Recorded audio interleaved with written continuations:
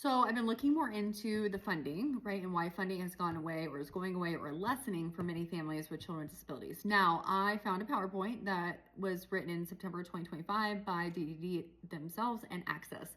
And I put it down here, and it states revisions were made, i.e. this, what's happening now, this funding, were made based on state law HB 2945, which if you read, that was signed into law in April of 2025, and the conditions and commitments outlined by the CMS 115 waiver. Now, the 2945 is regarding funding for children with disabilities and their families to receive funds to take care of them.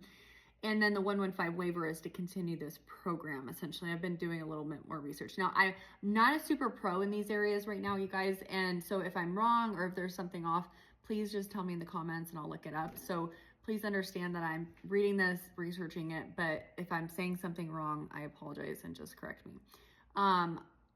So again, it appears, again, I cannot find any connection to the Big Beautiful Bill.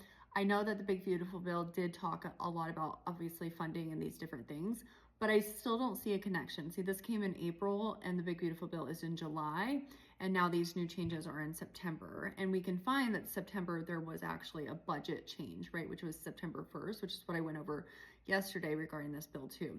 So now the September 1st, the big problem, right? Now we know policy changes, right? Of course, that happens. Laws change, policies changes.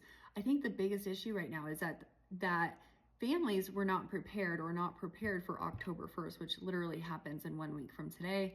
And how do they prepare their children, themselves, and these changes to take effect? And what's happening is now their children have to go through an assessment process starting October 1st.